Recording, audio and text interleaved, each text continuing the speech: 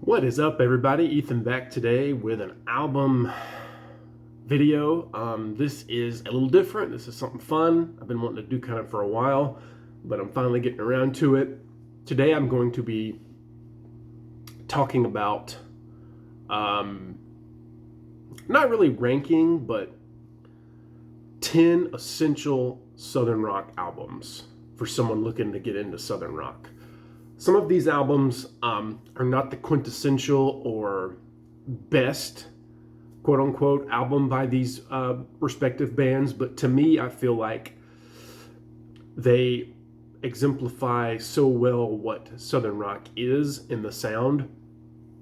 And a few of them I didn't have I don't currently have a physical copy of the more popular or more well known album by those bands, but these are ones that I own physical copies of, and I just going through my collection and I just pulled out 10 with some honorable mentions I want to mention as well at the end. But these are just 10 albums that I feel like just to a T exemplify the Southern rock sound. I'm not ranking them. I love them all probably equally, maybe some more than others, but I'm going to kind of try to go in chronological order. But first off, I'm going to go with kind of the beginning. Now, this is their second album, but it is the Allman Brothers' Idlewild South. And sorry about that glare there. There we go. Idlewild South. You can see it right there. So this is their second album. Their first album is amazing. It's probably my favorite. This one and the second one are so close, but I went with this one just because it has the title South in the name. So, 1970, so this is early Southern rock. Revival is a rousing, fun Southern rock kind of call to arms for 1970, 1969 when this was recorded. Don't Keep Me Wondering is a, funky, bluesy, hard rock song, just dripping with swamp and swagger, with a great Duane Allman guitar lick in it. Midnight Rider, a classic radio hit for the band. Gregg Allman penned track, phenomenal song. A little more laid back than kind of the rest of the album, and specifically the first album, which is just hard and heavy blues rock. Track number 4 is an instrumental in memory of Elizabeth Reed. Beautiful song. A Dickie Betts, who we just lost, rest in peace to him, a Dickie Betts masterpiece, a guitar, harmony, just amazing song. Weaving guitars from Dickie Betts and Duane Allman, just a phenomenal Southern rock instrumental in memory of Elizabeth Reed. Hoochie Coochie Man, a cover, but a rousing, heavy cranking cover of an old classic blues song sung by, I believe, Barry Oakley. Great vocal on that. Please Call Home was a little more laid back, kind of Gregg Allman, and he had a solo album called Laid Back, and it kind of sounds like the direction he would take on that, kind of more melancholy, kind of Gregg Allman reflective song. He wrote a lot of stuff like that. And then lastly, Leave My Blues at Home, which is a great bluesy rock song to finish the album. Just 7 tracks of brilliance, great early bluesy Southern rock. Allman Brothers, Idlewild South. Can't go wrong with it. All right, next, Lynyrd Skynyrd, their second album, Second Helping. So, could have gone with the debut. It's the better album, I would say, but I went with this one because it has Sweet Home Alabama on it, which is just a Southern rock anthem. How can you get more Southern than a song with Alabama and about Alabama in the title? And I love this album. It's underrated. I think we all know Freebird and, Simple Man, and all those, songs on the debut, pronounced Lynyrd Skynyrd. Actually don't own a physical copy, truth be told. But I just went with this one because I feel like it's a underrated Skynyrd album. Sweet Home Alabama, not even my favorite song on the album. It's a great radio hit. It's okay. I'm kind of tired of it. The other songs on here are even better, like I Need You, beautiful ballad.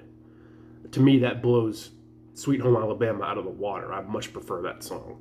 Don't Ask Me No Questions. It's funny, kind of a Ronnie Van Zant song. Working for MCA.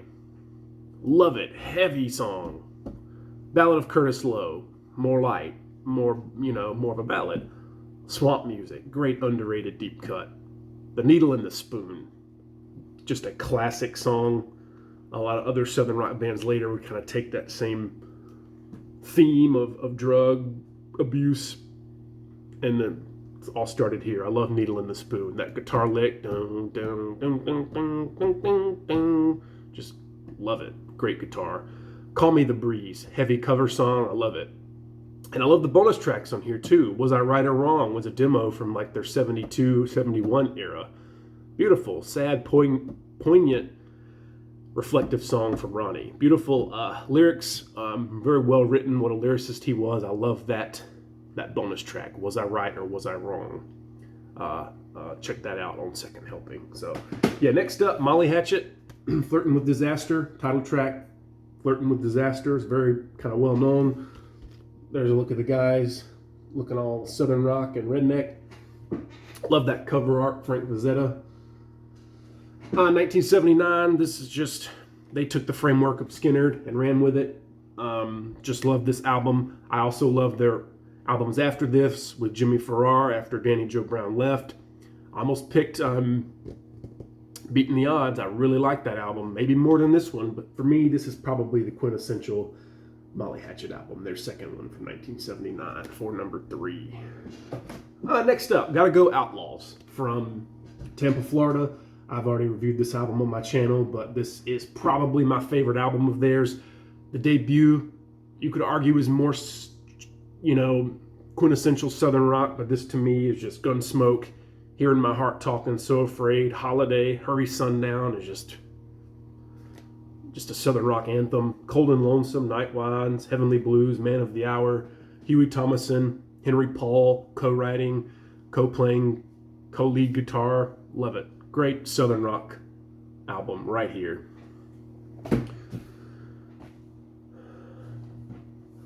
Next up, a band that is less well known. They're from Texas. They kind of sound like ZZ Top, but even heavier. This is Point Blank and their second album, Second Season. Look at them on that front. I love that cover shot of them. This is just a hard, heavy, bluesy rock album from 1977. They have another album in 76, which is really good. I prefer this one. It's the one I have a physical copy of. So, Part-Time Lover sounds like ZZ Top. Back in the Alley is a cranking guitar-heavy track. Rock and Roll Hideaway, it's fun, more upbeat. Stars and Scars kind of has a Freebird vibe to it. Just, starts out mellow and slow and then just crazy harmony guitars in the end of the song. Beautiful Loser, not my favorite. Uncle Ned and Tattooed Lady, the next 2 songs are great heavy Southern rock songs. Nasty Notions, also great heavy, crunchy, guitar heavy song. And then Waiting for a Change is kind of the more ballady song on the end of the album. But right here, a quintessential Southern rock album in my opinion. Yeah, Point Blank from 1977. Next up, we're going to go with Blackfoot, and this is their album Tomcattin'. This is their 4th album from 1980, so a little later in the Southern rock kind of time period, which ran from about, 73 to 81, 82, and then kind of was done after that point. About an 8-10 year time period we're talking, and this is near the end of it, and this is just hard, heavy, borderline heavy metal Southern rock. Ricky Medlock is the lead singer and guitar player. He was actually in Skynyrd in the early days before their first album in 73, but I recently reviewed Marauder on my channel, which I think I said was my favorite album of theirs, but man, this one's a strong contender. This one might actually be better top to bottom because it's got 10 songs on it. Yeah, I might have to rethink that. This one might be my favorite Blackfoot album. I love Strikes too from 79, but man, Warped, On the Run, Dream On, Street Fighter. Street Fighter is killer. Gimme, Gimme, Gimme, Every Man Should Know Queenie, In the Night, Reckless Abandoner, amazing song. Spendin' Cabbage is fun. Fox Chase, great groovy kind of country song. I love it. Hard and heavy. Probably the heaviest album I'm talking about today. With the exception of maybe this next one, which is a lesser known band from Warner Robins, Georgia. This is Doc Holliday and their album Doc Holliday Rides Again, named after the, famous kind of Western gunslinger gambler, Doc Holliday. There's a picture of the guys there.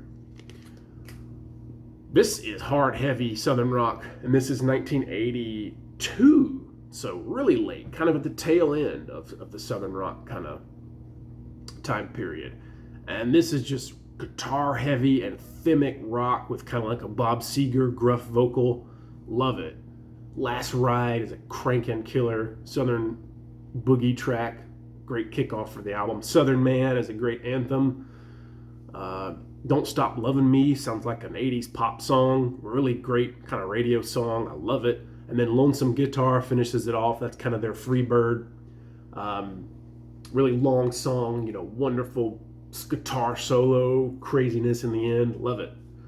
Great underrated Southern rock album and band right here. Doc Holliday. Doc Holliday Rides Again. Their first album is good too, but I prefer that one. We're going to go back to Texas with ZZ Top's Tejas. Most people might expect me to pick Tres Hombres, and I've already reviewed that album on my channel a couple years ago. I love that album, probably the better album.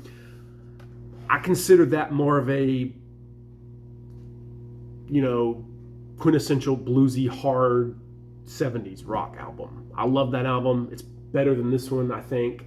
I love this one, though. I just had to go with it because it has that name Tejas in the title. I feel like this one's underrated. And it just has a more southern laid-back vibe than Tres Hombres. Tres Hombres is just a killer 70s hard rock album, but this one just has a more laid-back, kind of tranquil, melancholy, reflective, sitting on the porch kind of vibe that Tres Hombres does not. It's Only Love, Arrested for Driving While Blind, great song. El Diablo, love that song, great song. Snappy Khaki is fun. Enjoy and Get It On, $10 Man. Asleep in the Desert is an instrumental, something the ZZ Top didn't do a lot. But yeah, from 1976, kind of in the middle period, after the early blues stuff and before they got kind of radio success in the 80s, this is kind of a sleeper album, I feel, for ZZ Top. And I love the shot of the guys here. Look at that. There's Billy, there's Frank, and there's Dusty. I just love it. This, to me, is an underrated ZZ Top album, and it is my pick for 10 essential Southern rock albums to own. Also, another band that I consider an essential Southern rock band. They're a little different, though. Less heavy, kind of more poppy, more jazzy. Not quite as guitar crunch and blues, but they are Atlanta Rhythm Section. Now, I've talked about them on my channel. I've ranked their albums. This is their, 1, 2, 3, 4, 5, their 7th album, I believe. 7th album, Champagne Jam. My favorite album's probably Red Tape, but this one is just quintessential Southern rock. Kicks off with Large Time. They mention all the Southern rock bands in that song. That's why I had to pick it. Lynyrd Skynyrd, Charlie Daniels.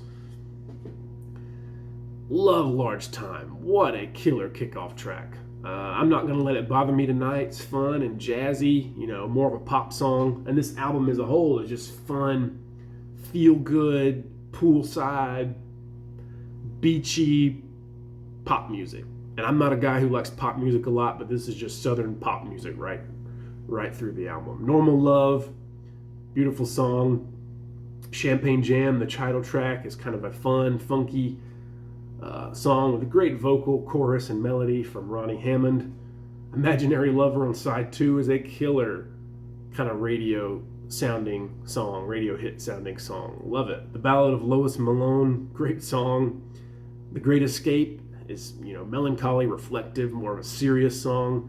And then it ends with Eveline, which is a great song, with a fun, play on the words evil and Evelyn. So yeah, love it. Champagne Jam, 1978 from Atlanta Rhythm Section. And I'm from Georgia, so I gotta love some, local bands. They're from Doraville, which is not too far from me. So yeah, Georgia and Southern Rock Legends, ARS. Lastly, certainly not least, gotta go with Charlie Daniels, kind of the grandfather of Southern Rock. He was around in the 60s doing stuff, but this is from 1979. It's got Devil Went Down to Georgia on it, Passing Lane, Blue Star, great songs. Reflections, he mentions Ronnie Van Zant, the fallen Lynyrd Skynyrd singer in that song, so I had to go with it because this album and that song just fits the whole Southern Rock. And look at that cover. I mean, look at that. That's Southern Rock. Got Charlie there front and center. Devil Went Down to Georgia is a huge breakout song for them. Blind Man, great song. Rainbow Rides, the last song on the album, has that Freebird vibe again. Starts out mellow and slow. Beautiful guitar harmonies, long song, swirling guitar solos, kind of sounds Allman Brothery. Got fiddle playing in here. There's a picture of Charlie. Yeah, there's another pic. Look at that. That's a great picture of Charlie. Just an essential Southern Rock album right here. Million Mile Reflections from the Charlie Daniels Band. And that's my number 10. So yeah, 10 Southern Rock albums that are just a must-have in my opinion. Let's run through them again. Charlie Daniels, Million Mile Reflections. Atlanta Rhythm Section, Champagne Jam. ZZ Top, Tejas. Doc Holliday Rides Again. Blackfoot, Tomcattin. Point Blank, Second Season. Outlaws, Hurry Sundown. Molly Hatchet, Flirting with Disaster. Skynyrd, Second Helping on CD there. And Allman's Idlewild South. So those are my 10 essential Southern Rock albums in my collection. How about some honorable mentions? Here's a band that I really wanted to include, but you gotta just do 10, so it had to go out at the last minute. But Marshall Tucker Band. This is Long Hard Ride. Look at that album cover. Like Wild Wild West, Frontier. You got Toy Caldwell and his brother Tommy. Toy Caldwell is kind of like the little brother of Charlie Daniels. You got the big hat and the beard. There he is right there. This is just country, Southern Rock. I'm really getting into Marshall Tucker here recently. Not my favorite because they're not as heavy and guitar-centric as some of those other albums I mentioned, but just great country rock songs. Long Hard Ride, Property Line, Windy City Blues, You Don't Live Forever. Yeah, great album and a great band. They have a lot of great 70s albums, a little more laid back, country, kind of more jazzy, kind of some Allman Brothers influence. But yeah, great album, Long Hard Ride. Got an honorable mention. As well as this one, which is kind of an acquired taste with the singing, but Black Oak, Arkansas, High on the Hog from 1973. And Marshall Tucker was 1976, by the way. Not my favorite Southern Rock band, but a one that deserves a mention. There's a shot of the guys on the inner sleeve. From Arkansas, Jim Dandy, Moonshine Sonata, Swimming in Quicksand, High and Dry, Madman, just real kind of funky Southern Rock with a real twangy vocal from Jim Dandy. Got to mention that one as an honorable mention. And here's a band from Georgia, Macon, Georgia, actually, who has a Allman Brothers kind of influence. This is Grinder Switch and their first album, Honest to Goodness. So I believe Dickie Betts played on this album. Yeah, Richard Betts. I think he helped produce the band as well. But yeah, they just kind of like huge Allman's influence here. Popped up around the same time and around the same location. I'm sure they saw the Allmans play in Macon and decided to start a band. This is 1974. A Capricorn band, Capricorn Records, Macon, very famous for Skynyrd and Allmans. But yeah, deserves an honorable mention. Grinder Switch, kind of a lesser known Southern Rock band, but a really good band and a good album, honest to goodness. And that's 1974. Another 1974 band, also from Georgia, Atlanta, Georgia, so my kind of hometown. This is Hydra. with their self-titled debut, Hydra. 1974, they're from Atlanta. Look at that crazy cover, like a Medusa. Speaking of Medusa, the singer in this band sounds a lot like Glenn Hughes. And the cover looks like Medusa. And Glenn Hughes was in a band called Medusa. Well, he was in a band called Trapeze with an album called Medusa from 1970. And the singer in this band sounds like Glenn Hughes when he was in that band Trapeze singing on the album Medusa, which is a great album. But this is like, yeah, Glenn Hughesy hard rock meets Southern rock. Doesn't really sound kind of traditional Southern rock. Kind of sounds more like, well, like I said, like the band Trapeze with Glenn Hughes with some Southern rock guitar thrown in. But yeah, he sounds exactly like Glenn Hughes, really. Side 2 on this album is just incredible. Real heavy, kind of more of a European, deep purpley Southern rock, you know. A lot of great guitar harmonies, you know, a high kind of soaring vocalist as opposed to kind of, you know, the more gravelly bluesy voice like your Allmans, your Skinner, your Molly Hatchet. He has more of a higher register range, which is not the usual singing style for Southern rock. But yeah, they deserve an honorable mention. Hydra, kind of wanted to include them on the list. This is a great kind of non-conventional Southern rock album. The only one of theirs I own, and just a really kind of, in my opinion, underrated Southern rock classic from 1974, Hydra. And that's it. That's my honorable mentions and my top 10 essential Southern rock albums. Thank you for watching this kind of thrown together little list that I did. I love talking about albums and Southern rock albums and hard rock and heavy metal and whatever else. So yeah, thank you for watching this video of the 10 essential, in my opinion, is subjective, Southern rock albums that you need to own or listen to. Thank you for watching.